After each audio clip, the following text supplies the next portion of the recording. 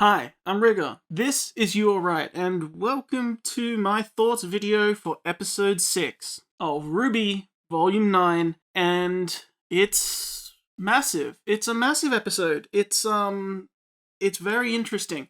So, definite spoilers if you haven't seen it. You need to have seen it to understand what I'm going to talk about too, but I'm not going to waste any time. Let's talk about the episode. So, heading in, I was expecting kind of Lost Fable 2, which isn't entirely incorrect, I suppose, because we met up with Jean, so we're expecting to hear what happens, so we might get lore, and we definitely got lore, although I feel like it's not going to be what everyone's talking about when this is over with.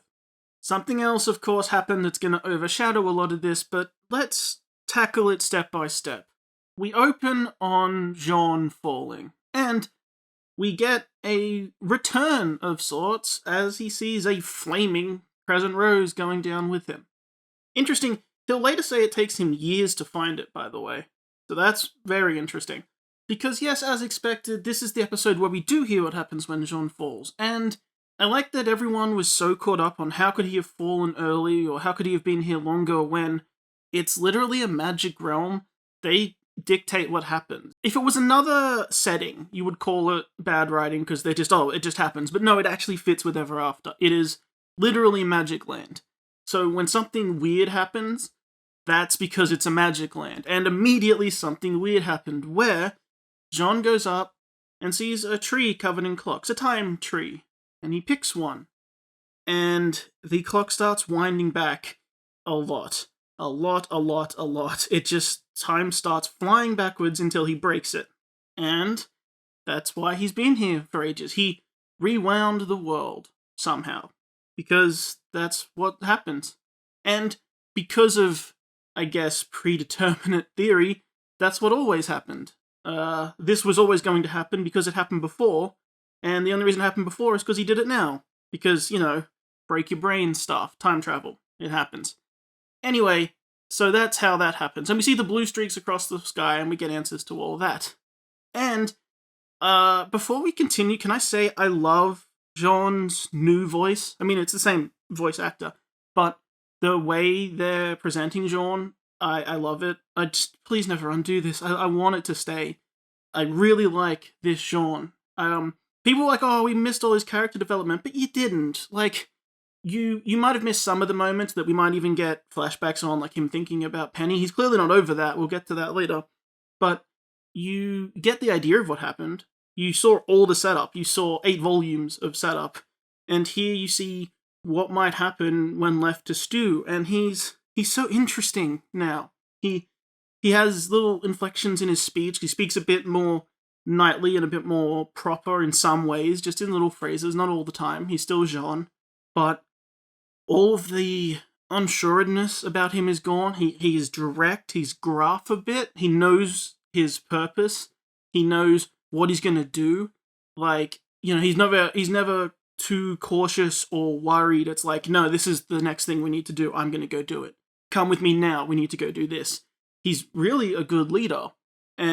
But he has an edge to him, he says these slightly mean things. Like, come on now, you can lick your wounds later. Like, let's move, this isn't helping. Just, maybe a little bit emotionally distant, I suppose. A little bit less empathetic than you might think he'd be. But he's been here for years. He's done a lot. He's faced a lot by the sounds of it. So, and he wasn't saying, you can never cry. And he's just like, right now, we need to go do this thing. We can do all that later. Very military, very priorities, we compartmentalize that for later when there's time.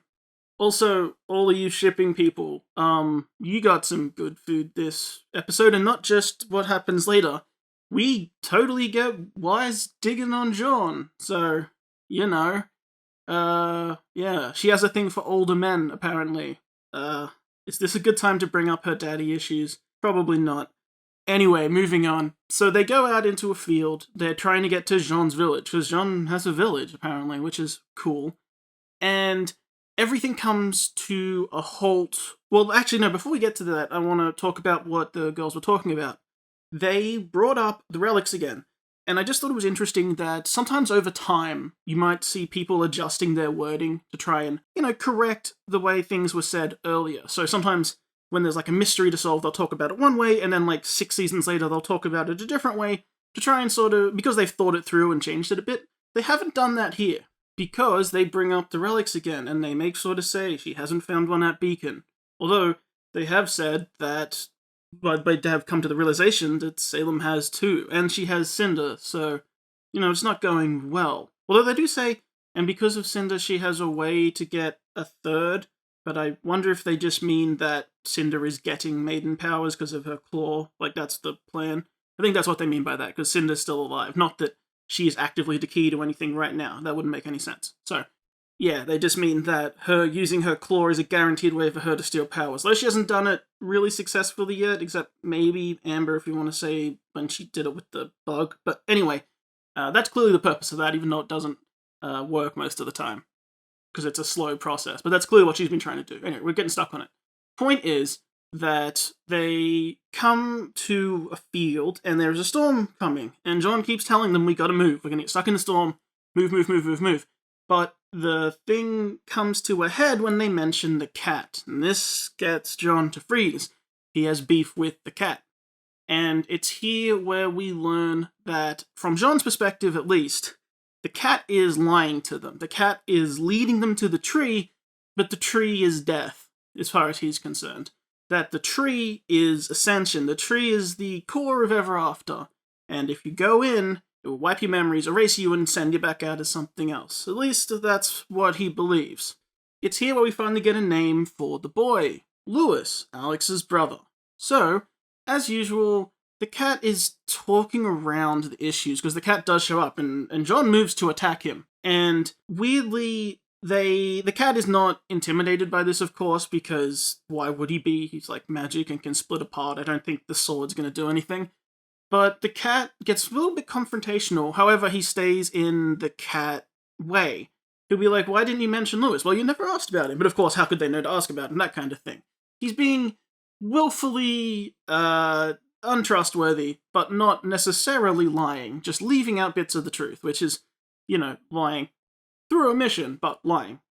The cat, however, declares them at a crossroads, and bam, the storm hits. The Punderstorm? A storm that literally and metaphorically represents a problem. So if whatever problem you're facing, if this storm gets you, you're taken to a manifestation of that problem, and the only 2 ways out of it are to work it out or just wait for it to end, and presumably that could take however long. And then we, of course, get to what everyone's going to talk about, and I wonder, do I talk about it at its own block, or do I talk about back and forth, back and forth?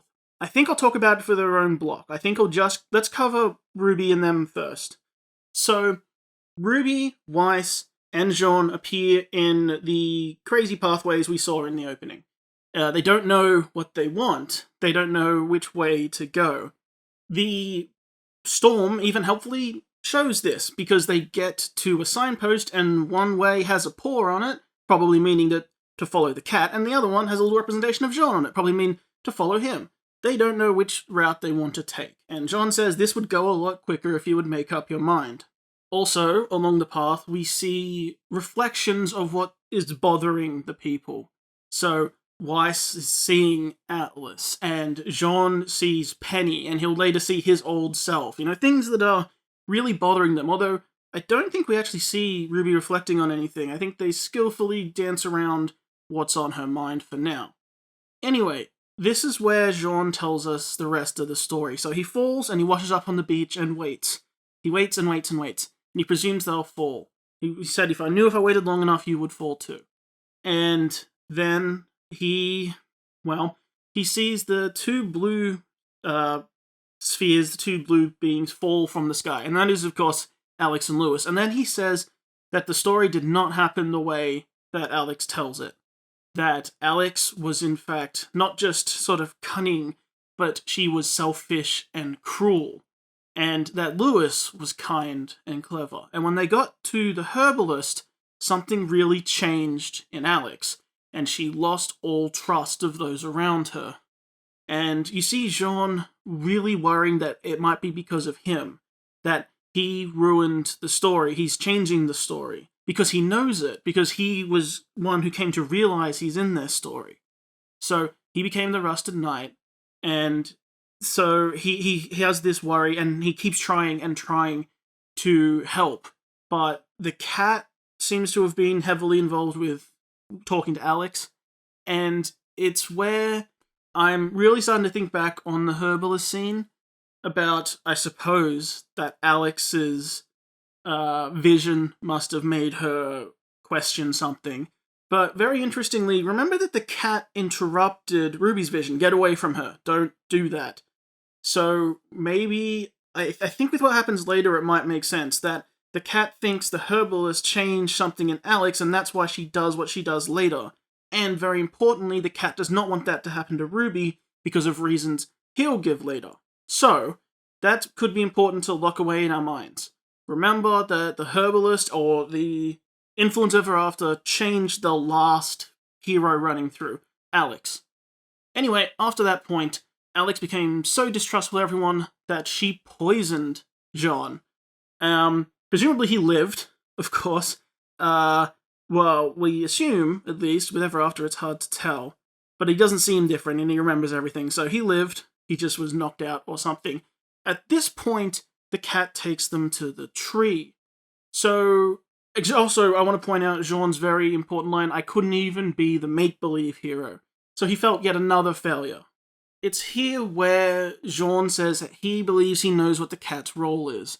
And it's to keep people on track, get them back on track in their role, and if they leave, or if they fall off their role or their purpose, he feeds them to the tree. He sends them back into Ever After. And that's what happened to Herb. The roots of the tree called him. And that's why he can do his heart power thing, it would seem, to force their hand. He doesn't mention that specifically, but putting the pieces together. So that's the cat's role, to feed the tree. He says the tree is Ever After. You know, we're all here to serve it. Also, interestingly, out of nowhere, they start giving the people in Ever After a name. They call them Afterins. I don't think we've ever heard that before, but suddenly everyone knows what they're talking about. So, it feels like they failed to establish that, unless I missed it, but I don't remember that term being used. Anyway, they talk about that, well, the cat reappears, and he says that they are tricking him, that they're just using him the way that he's using them. He's using them for entertainment, because why not? And they're just using him to get what they want. And he thinks they're going to be like Alex, and says that he doesn't really know what happened, but when they went to the tree, Alex betrayed the cat. She had promised the cat that she would take him through to Remnant. Presumably the cat, that's what it really wants, is to leave. But she tricked it and didn't.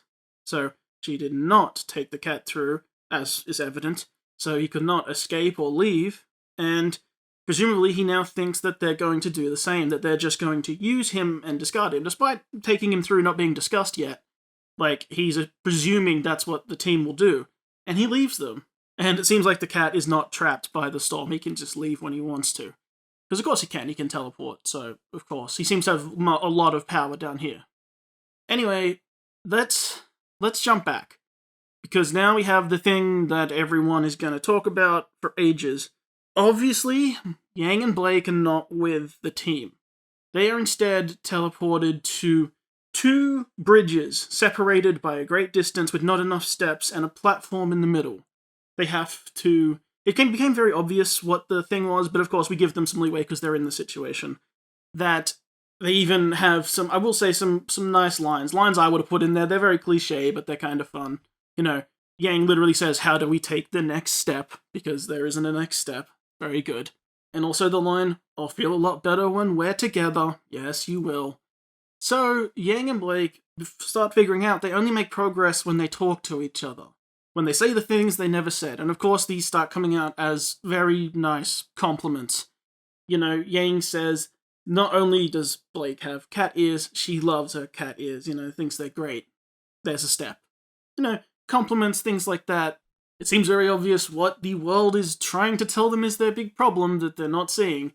And yeah, Blake goes on to a speech saying that Yang is an extraordinary person, that she's the light in any situation, and that she actually does what she says. You know, this is the just kiss already thing, and they're working towards it. And that gives a whole lot of steps. And then Yang starts on a similar speech and says, is there any big truths you haven't dropped on each other? And Yang thinks, and then boom, the stairs pull away from each other. Oh no, anti-progress. Blake says, is there anything you just thought of and didn't say? Oh, that can't be it. Just say it. And building music. They're getting closer. I think I love you. I love you too. Suddenly they are together, and no forehead boop. They kiss. There you go. They kiss. It happened. Hooray. That's not condescending. I feel like it's going to be the biggest thing they talk about for this episode, when we got a lot of other stuff too. But obviously, 10 years of build for some people. It's a big moment. They finally did it. I thought they would actually save it till later. I said this online, that if it was me, because I'm mean, I would put it in the last episode, because everyone wants to see it, so you keep everyone watching till the end. But anyway, they do the kiss. It finally happened. And the storm ends. And they get this great reaction shot of everyone looking at them kiss. And Jean gets to do the zinger. Feels like I've been waiting forever for that. And of course, he's speaking for the audience. More meta commentary on the show. But also, Jean has literally been waiting way longer than everyone else. So, very, very fun. Also, it is adorable that Blake's foot pops. Yes, Princess Diaries reference and everything. Her foot pops. Very cute. And Yang, very, compliments to Yang, takes it in a stride, notices everyone watching and goes, so, we miss anything? Moving on from that, there is more to this episode. It doesn't end there. And what I think, before we go to the very ending, let's go back to Jean and them doing their visions. Jean definitely still had Penny looking at him, and he didn't pull away from the thought. He's still thinking on it. It's definitely something that's probably still been eating him alive for a long time. Initially I didn't actually catch what was falling at the beginning, and I thought it might have been Penny's body, as someone predicted, and I thought that is going to be the darkest thing ever if it was. But no, it was what we see at the end, Crescent Rose. Despite this episode being a lot of talking with a lot of people, there was still a lot of Jean not totally elaborating on things. There's still definitely things he hasn't said. Probably from a mixture of not knowing what to say, and also being here so long, he's kind of, forgotten the things to talk about, or still is reeling with meeting back up. Look, there's lots of excuses, it's fine. He has a lot of baggage to carry.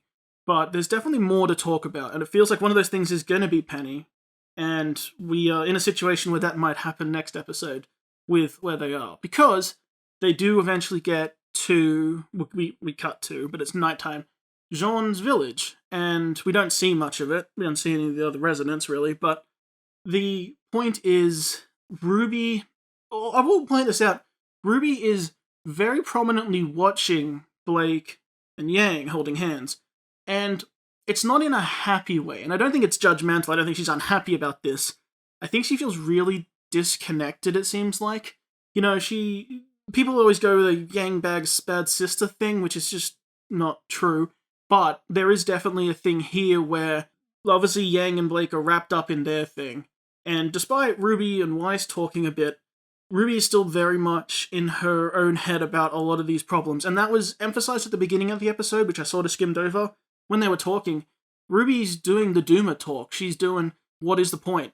Salem's got extra relics, she's got Cinder, and we're not there to help, and everything's terrible. And Yang says, that's how Ironwood thought. You don't really believe that. And we sort of moved on.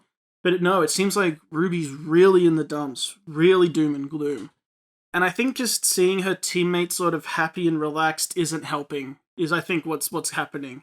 Especially when she isn't feeling that herself. But happiness should be just around the corner, because Jean gives her a gift. He says it took him years to find it, and it's Crescent Rose. And when RWBY lays eyes on it, she starts to completely zone out. It just becomes white noise.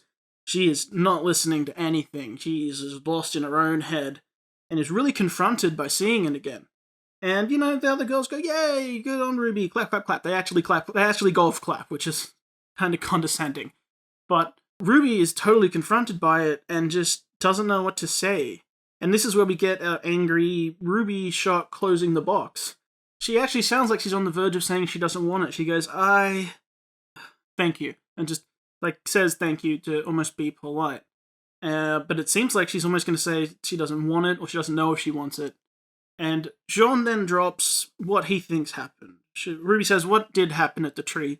And it seems like Jean was not present or didn't see what happened exactly, probably because he was poisoned, but he says that he thinks Alex fed Lewis to the tree in order to leave, like a trade.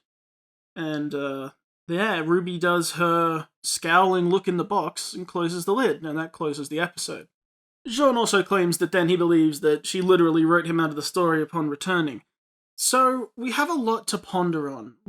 Okay, I'm gonna make a whole video on the bee kiss, which might get me attacked. Not because I think it's bad, I just have a lot to say, and I'm not gonna put it all in this thing. I've had a video planned for when this happens that I want to make, but might be a few days or so before I get round to it. Get myself cancelled speedrun, talk about the bee kiss. But no, I'm saying it's a bad thing at all. I just think there's stuff to talk about. That aside, because that's great development for Yang and Blake, we have all this stuff with Ruby, and she's being really introspective, more than we've seen. Very dark, and we do have her teammates, and I think the issue is it's not that they're not being good teammates or that they don't care, because they clearly do. I think what it is that Ruby is always the bright one. I mean, Blake says Yang is, but you know what I mean. Not bright like brightening up a room, but Ruby is the spark. She's always been described as that, the spark of hope.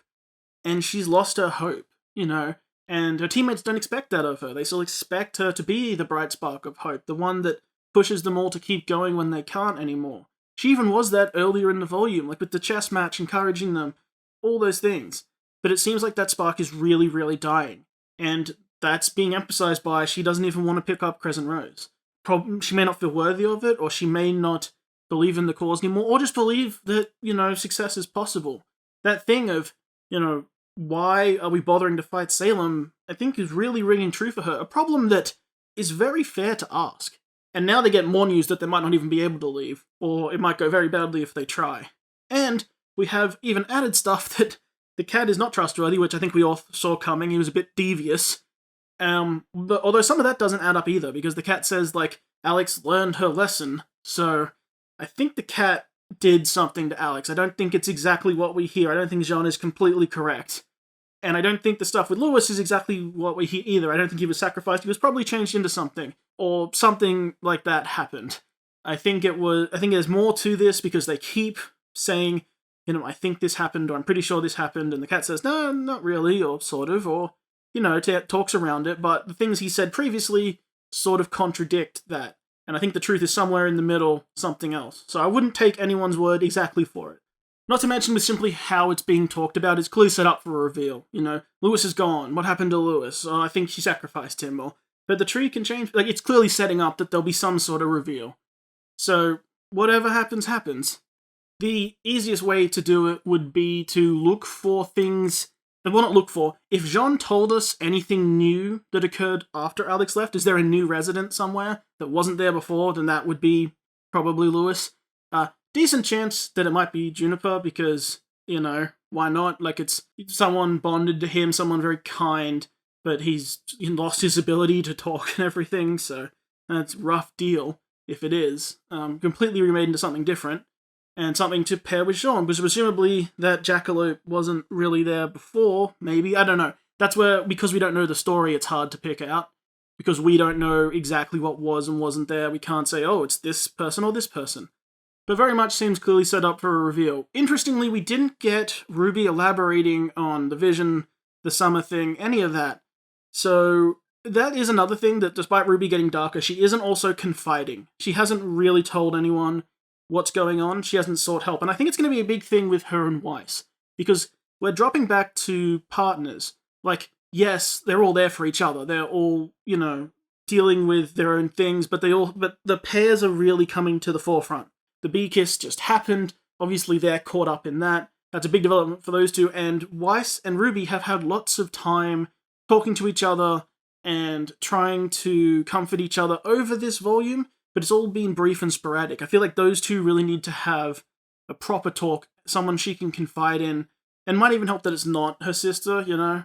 I think also for RWBY, appearing weak or not knowing what to do could be something she's very terrified to admit to and show others, especially when they look to her as leader and she's always not maybe known what to do, but always been there to provide instruction and provide that confidence that is not there anymore. And I feel like that, confiding in her team that, and even her family, like with Yang, that might be really difficult for her to do. And, talking to Jean about it could be a thing too, because he's definitely gone through a lot of loss and pain, especially here alone. Remembering that he fell and then thought he had a chance to be a hero again in a storybook, and he thought he knew how that story went, and it all went wrong. And not only did he get betrayed and Alex left, but he now seems to have a rivalry with the cat and feels that he was betrayed there as well. And Lewis, who seemingly was a very lovely person, is also gone, so he lost him too. So just everything bad for Jean. Everyone keeps getting hurt. I will say, I did think about that Weiss liking Jean like this. I do wonder how many years it's been, because despite them all being friends and knowing each other their whole lives, I wonder...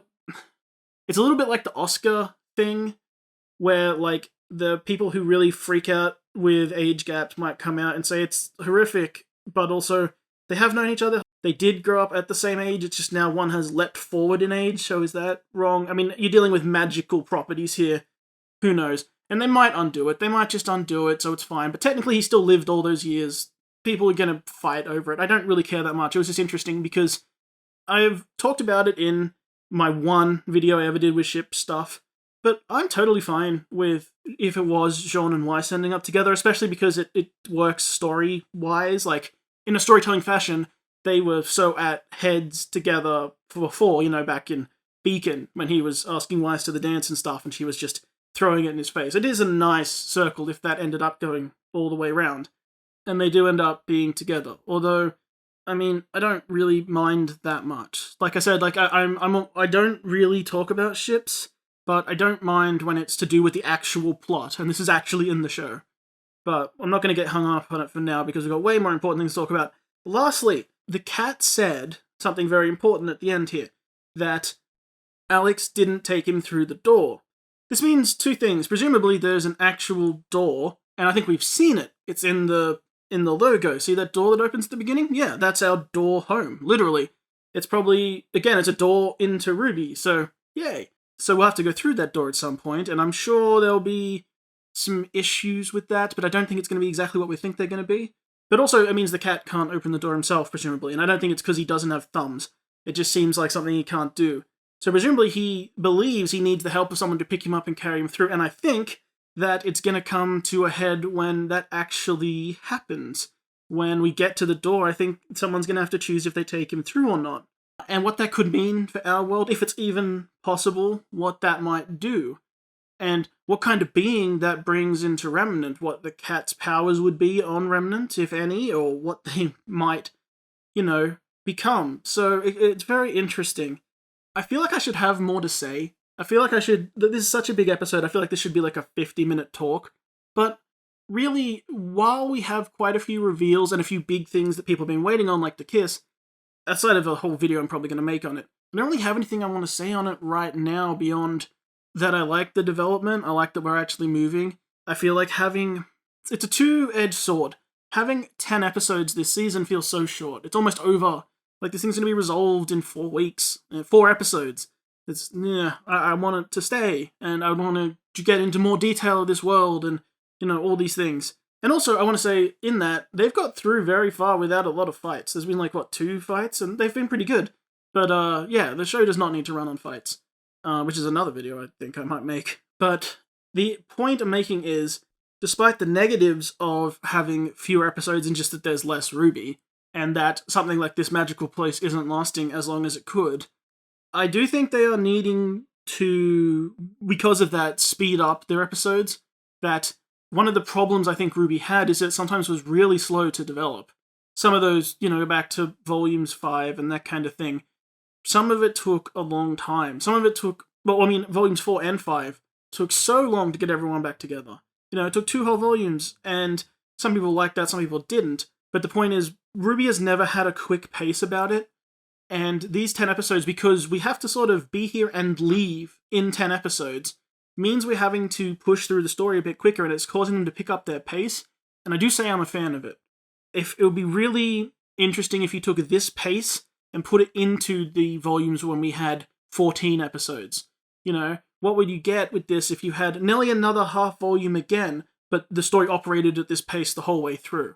That would be pretty crazy. Although, we do need to keep in mind that they had basically 2 years to work on this, so if you move at that pace all the time, constantly changing locations and things, that might put a strain on things because of the budget and the just amount of work you have to do.